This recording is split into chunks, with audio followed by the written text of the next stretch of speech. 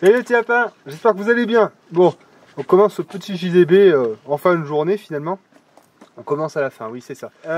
Sinon voilà, je voulais aussi vous montrer ça. Vous voyez ça c'était un petit bac qu'on avait fait l'année dernière.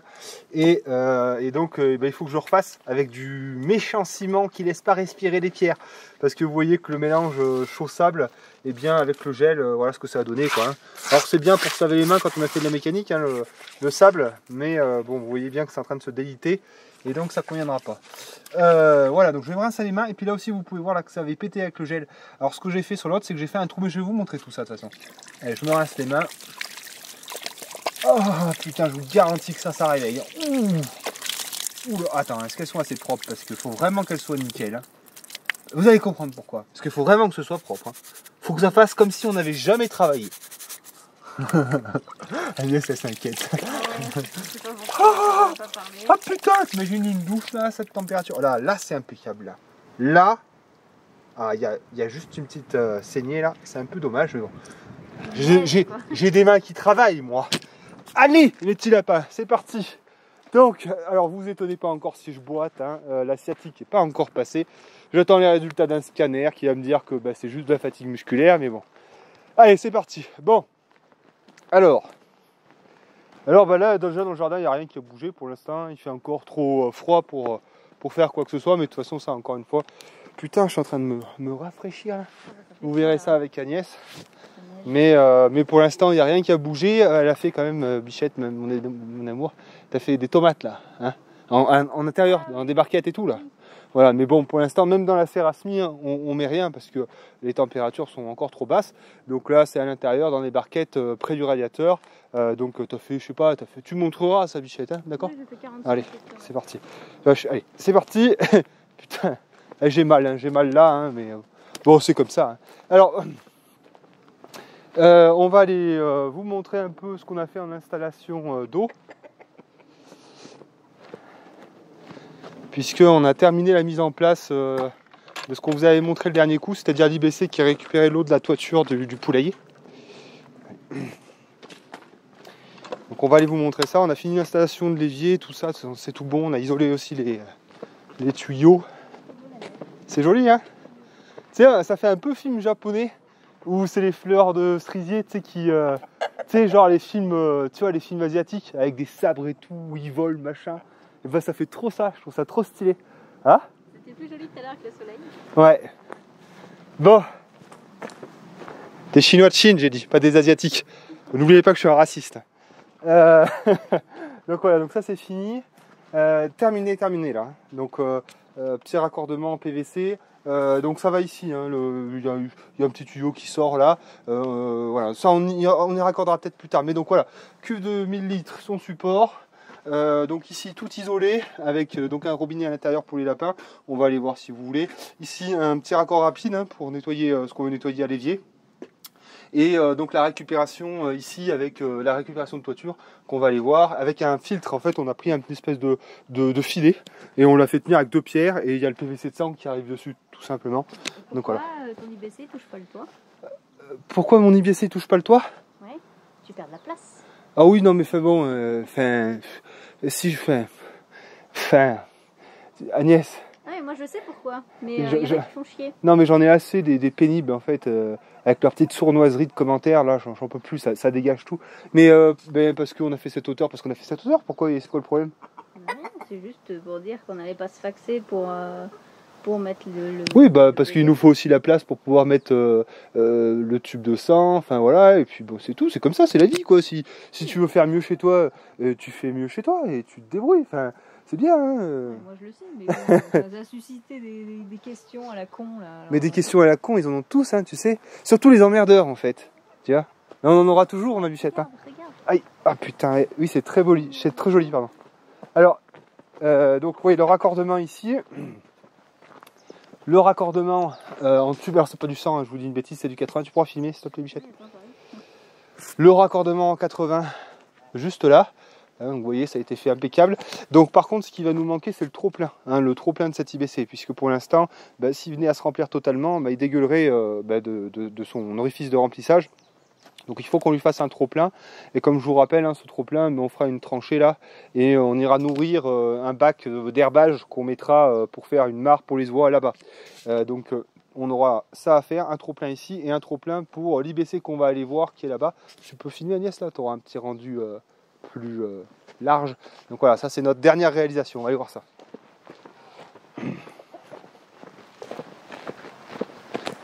Putain, je marche vraiment comme un vieux. Je dois avoir l'air ridicule, hein. Mais tant pis. Hein. Donc ça c'est notre dernière réalisation. Donc vous voyez c'est simple, hein. On a pris quelques pierres. On a fait un lit de pierre comme d'habitude hein, pour limiter en fait l'utilisation du béton. Hein. Le béton c'est toujours un béton on va dire de surface qui fait, alors il est plus épais que ça quand même. Hein. À l'intérieur il y a peut-être 10 cm de béton, quelque chose comme ça. Mais bon, voilà, c'est simplement à chaque fois, on fait. En plus c'est un peu plus joli quand même je trouve. Et puis surtout, ça évite d'utiliser trop de ciment, de béton, hein, parce que ça se paye. Et voilà. Et puis le sable, l'écologie, tout ça, si tu veux. Voilà, comme ça, j'ai le Green Label. Donc voilà, tout c'est tout simple. Hein. Donc voilà, comme je te dis, socle, pierre, béton. Ensuite, un support qu'on a fait avec de la récupération de palettes. Enduit de goudron de pin. Et ensuite, l'IBC posé dessus. IBC, donc on a cette cuve, forcément, on l'a retirée de son treillis métallique pour pouvoir y mettre une bâche d'ensilage et un coup de film. Donc voilà, donc ça par contre, voilà, c'est pas ce qu'il y a de plus durable, on va voir, mais avec le vent, tout ça, on verra combien de temps ça dure. Ensuite, tout simplement, un petit robinet, là, des restes de plomberie, on a fait un assemblage. Donc voilà, donc ça nous a pas coûté grand chose, à part quand même, hein, évidemment, le ciment et le mélange à béton, mais voilà. Et ensuite, toujours pareil, alors là, c'est une gouttière en 50, hein, trou de scie à cloche. Tu pourras filmer, toi, tu peux. Donc là, vu que là, pour le coup, en fait, on essaie toujours de gagner un maximum de hauteur, hein, simplement pour avoir un peu de pression, puis surtout pour pouvoir remplir ce qu'on a à remplir facilement, pour pouvoir nettoyer encore une fois les abreuvoirs comme il faut, etc. Donc là, trou de scie à cloche dans la partie supérieure de l'IBC et passage du tube de 50 dedans, quoi, tout simplement. Voilà. Alors je le colle pas, hein, quand c'est comme ça, je le colle pas parce que des fois s'il y a un souci ou quoi, après t'es emmerdé, donc c'est pas nécessaire, je ne colle pas. Voilà, donc pour l'instant il n'y a pas de dindes, hein, les dindes elles arriveront au mois de juin. Agnès a pris une carte là, chez un fournisseur, donc ça arrivera quand ça arrivera. Et donc tout cet espace là, il y aura un peu moins de 10 dindes quand même, hein, parce que tu avais calculé 6 dindes maxi. Ouais. 6 dindes maxi, hein, donc voilà. Bon allez, c'est parti, je démarre. Allez. Là, si on est comme ça à 30 ans, t'imagines, à 60. Bon, on aura le temps de se reposer entre temps, mais bon. Là, c'est vraiment la fatigue musculaire qui engendre ce genre de désagrément. Allez.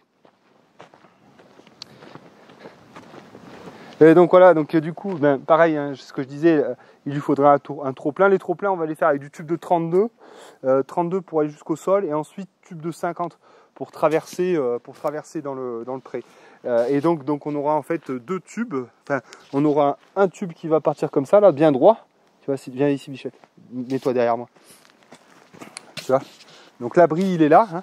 Donc on aura une tranchée qui va filer bien droit comme ça, et on aura une tranchée qui va filer, qui filera bien droit comme ça, ou un peu, pas vraiment droit parce qu'il faudra mettre un Y. Si je mets un T, le T c'est la merde si c'est bouché.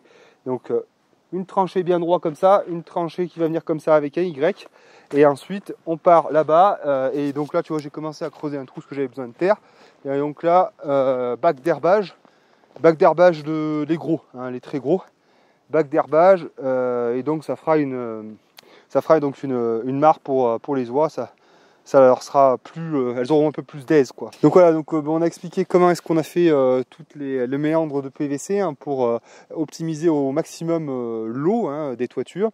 Donc voilà, et je suis assez content finalement de ces espaces, puisque vous voyez, hein, ils sont vraiment nickel. L'herbe est en train de reverdir, hein, avec la chaleur qui arrive, les petites pluies de printemps, ça commence vraiment à être joli. Vous voyez le verger poulailler, pareil, hein, l'herbe arrive là. Alors, on a tué une oie aussi justement pour limiter un peu la pression, hein. Donc les oies c'est génial, hein, c'est vraiment des super tondeuses, des broussailleuses, ça fait un travail extraordinaire, mais bon voilà, encore une fois, il ne faut pas avoir trop d'individus par rapport à la surface, sinon à la fin, bon ben c'est le désert quoi. Donc voilà, donc on a tué un des mâles qui était un peu agressif, un peu con. Et vous avez vu la vidéo hein, sur la cuisine. Donc voilà, et puis voilà, là vraiment, je suis content, là vraiment, ça a de la gueule, c'est propre, c'est bien ordonné. Donc on avait bien laissé aussi quelques noisetiers hein, pour permettre aux volailles d'avoir de l'ombre, pour aussi avoir des rameaux qu'on donne aux lapins. Hein. Donc voilà, donc ça c'est encore pareil, hein, c'est que quand vous nous voyez, j'en ai marre de le répéter, mais il y a toujours des imbéciles qui comprennent rien. Il faut toujours leur réexpliquer, c'est fatigant, mais on coupe pas n'importe quoi, n'importe comment. On coupe beaucoup effectivement, parce qu'encore une fois, on récupère des terres qui ont été en jachère depuis peut-être 100 ans. Donc on a un travail en fait de rattrapage à faire, mais on ne coupe pas tout comme des benets. On sait ce qu'on fait. Et quand on déracine beaucoup, c'est que derrière, on va replanter des choses. Hein, vous ne pouvez pas faire un verger dans une forêt. Ça ne marche pas. Les arbres, ils ont besoin de place pour se développer. Et vous n'allez pas les mettre sous les arbres fruitiers, vous n'allez pas les mettre sous des sapins, quoi. Donc arrêtez d'être chiant en fait avec ça. J'ai envie de vous dire, on ne fait pas d'omelette sans casser les œufs. Hein, vous allez voir chez la petite ortie, hein, c'est le pays de Candy, et pourtant, sur ces 4 hectares, elle a fait venir des bûcherons, elle a fait venir des tracteurs, et elle démonte tout, parce que c'est la vie, c'est comme ça en fait, voilà. Et voilà, je sais bien qu'on vous a seriné pendant des années et des années, qu'il fallait faire avec la nature et pas contre. Oui, bon, maintenant, vous avez bien été endoctriné. Malheureusement, il faudra faire le trajet inverse maintenant. Voilà. J'essaie de vous dire ça tranquillement, hein, parce que quand je suis un peu brutal, vous ne comprenez pas. Donc maintenant, j'essaie d'être gentil et pédagogue. Mais c'est dur, hein. J'ai vraiment envie de vous en envoyer plein la gueule. Hein. Bon, allez, on y va. Ah, bordel.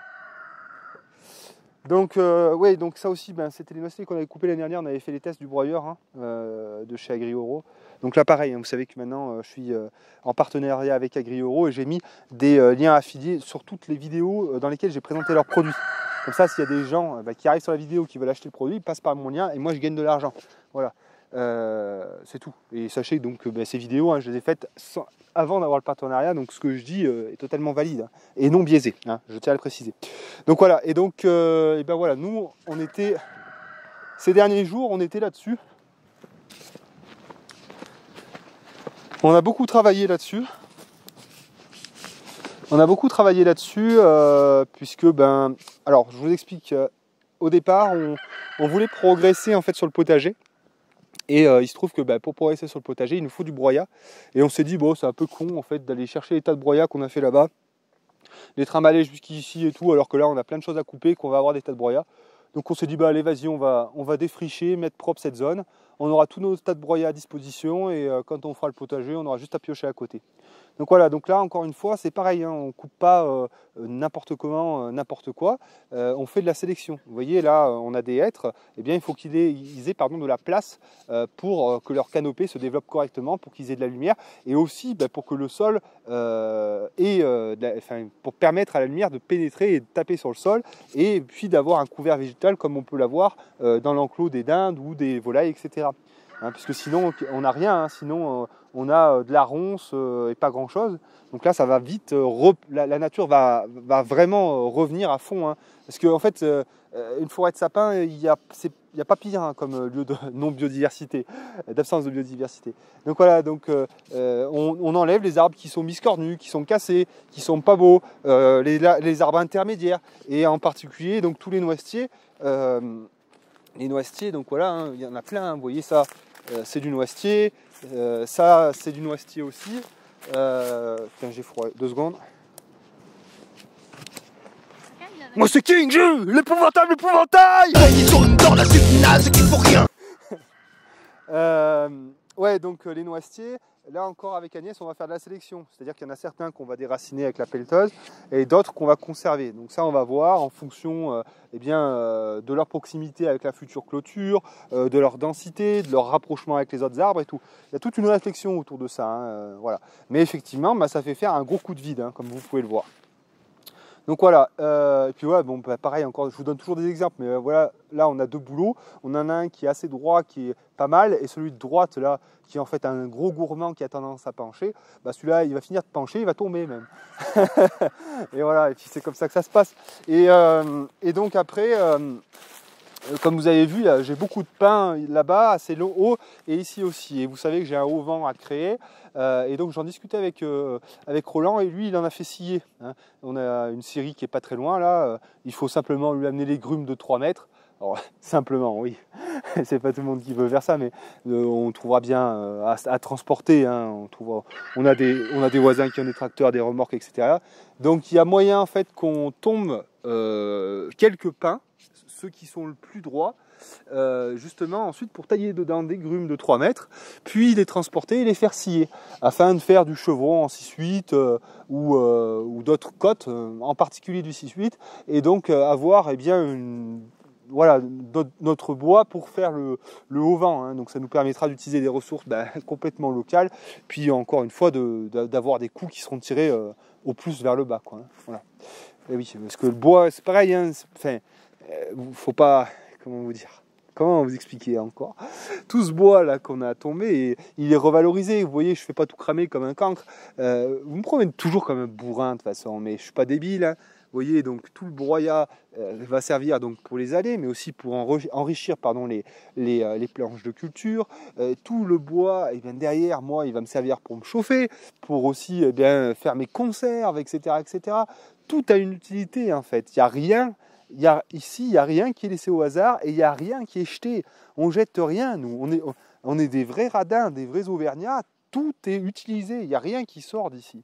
Enfin, tu valides, Bichette? Elle a dit oui. Donc voilà. Et voilà. Et donc on va continuer, bordel. Aïe. Donc ouais, c'est tout. Hein. Donc là, on a bien progressé hein, finalement. On est arrivé presque...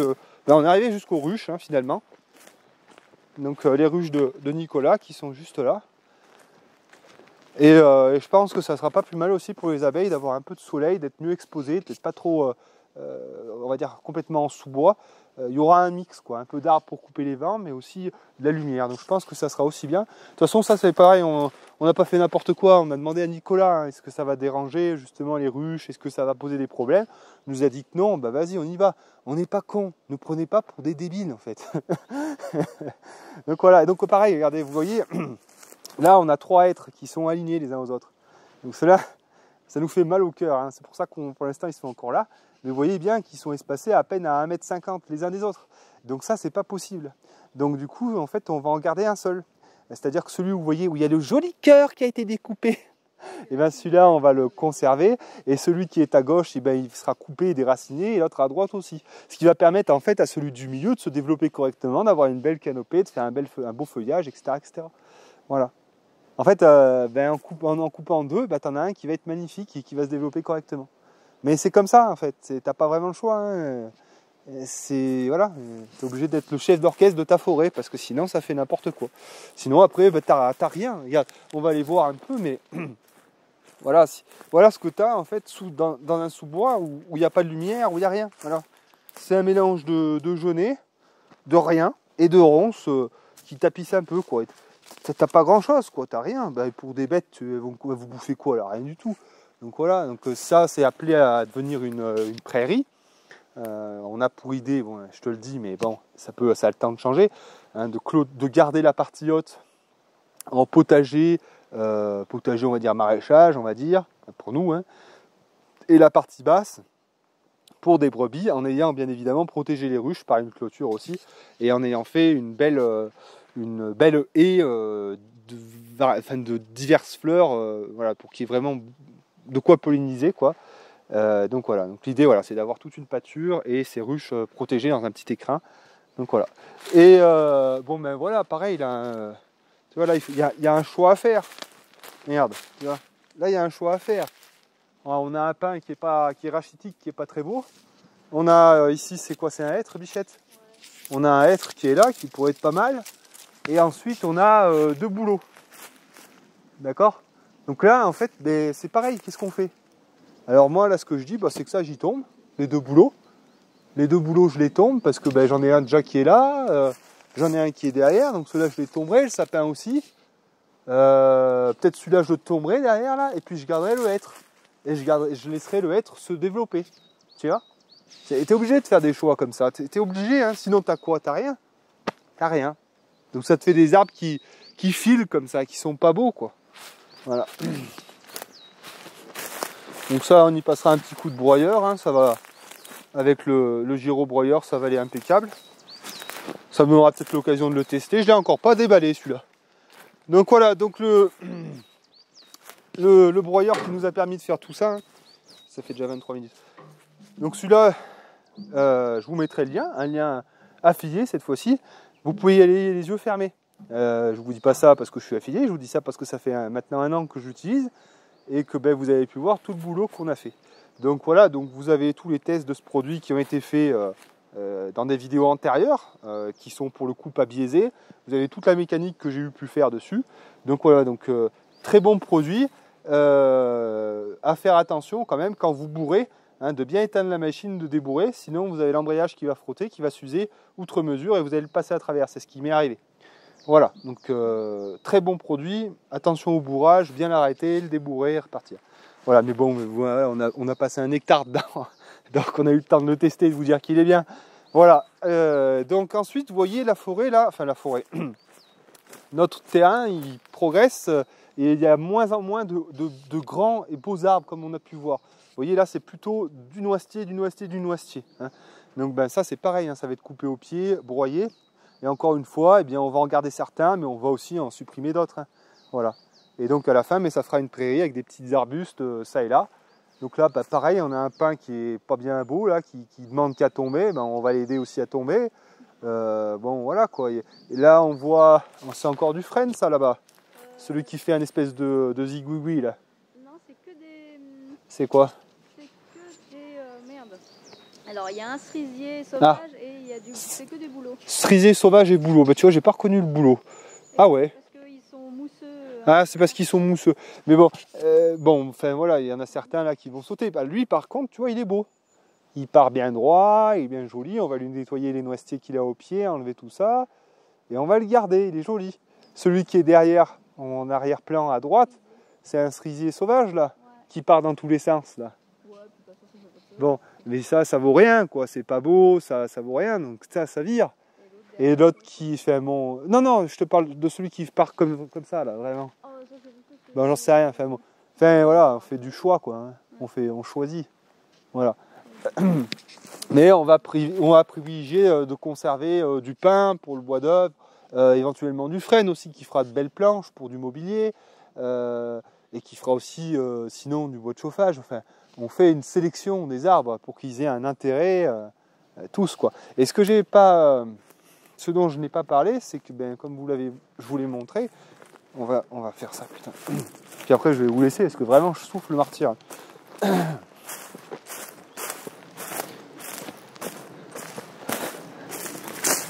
Voilà. Donc vous voyez là, donc tout ça c'est du noisetier hein, qui borde mon terrain et qui va bloquer un peu le talus qui donne sur la prairie. Donc on a commencé à les tailler, on continue. Et donc tous ces noisetiers, pareil, ils vont être mis à l'état d'arbuste, encore une fois, pourquoi? Pour du fourrage.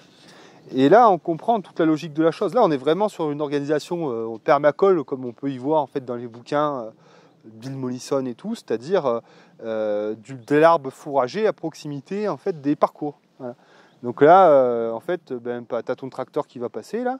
Bon, tu fais ta taille, tu mets tout dans ta remorque et puis tu vas donner ça aux bêtes et en passant autour de tes parcours, quoi. Voilà, c'est tout bête, quoi, mais ton fourrage à côté, quoi, cet endroit, il est parfait, en fait. Il a déjà été pensé comme ça, en fait. Tu as juste à reprendre, en fait. Bon, allez. Je sais pas trop si on va continuer, parce que j'ai vraiment mal à la jambe. Et t'as froid toi Bichette?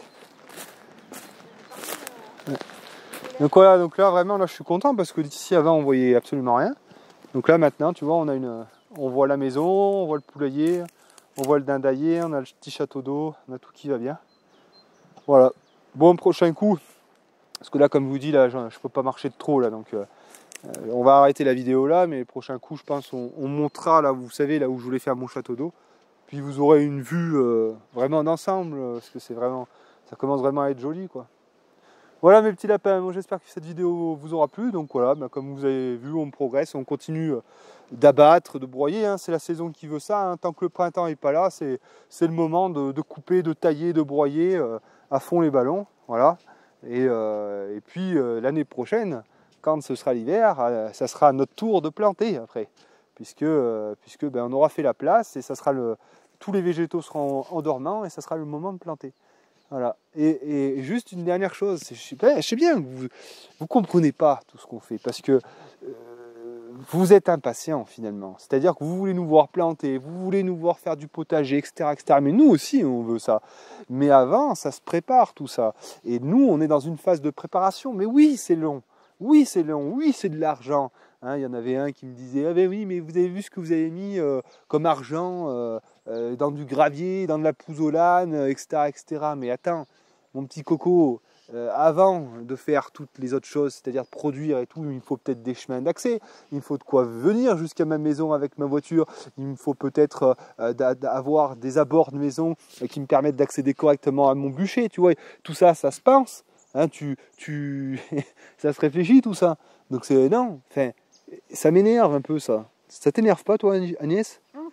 Mais non, mais en fait, si vous avez envie de foncer tête baissée à faire votre production maraîchère dans un bordel monstrueux, ça vous regarde, mais vous allez vous planter. Ne nous emmerdez pas parce qu'on fait les choses bien. Si ça vous emmerde qu'on fasse les choses bien, faites de la merde chez vous, c'est pas mon problème. Nous, on décide de faire les choses, jusqu'au bout, peut-être avec trop de perfectionnisme, mais ça portera ses fruits sur le long terme. Voilà, c'est toujours pareil, hein. C'est la différence, elle se fait sur le long terme. Revenez, si ça ne vous intéresse pas notre chaîne, revenez dans 5 ans et vous verrez où on en sera. Et puis là, à ce moment-là, vous direz, bah oui, ils avaient raison. Bah oui, mais je sais bien qu'on aura raison. C'est comme ça. Allez, bisous mes petits lapins.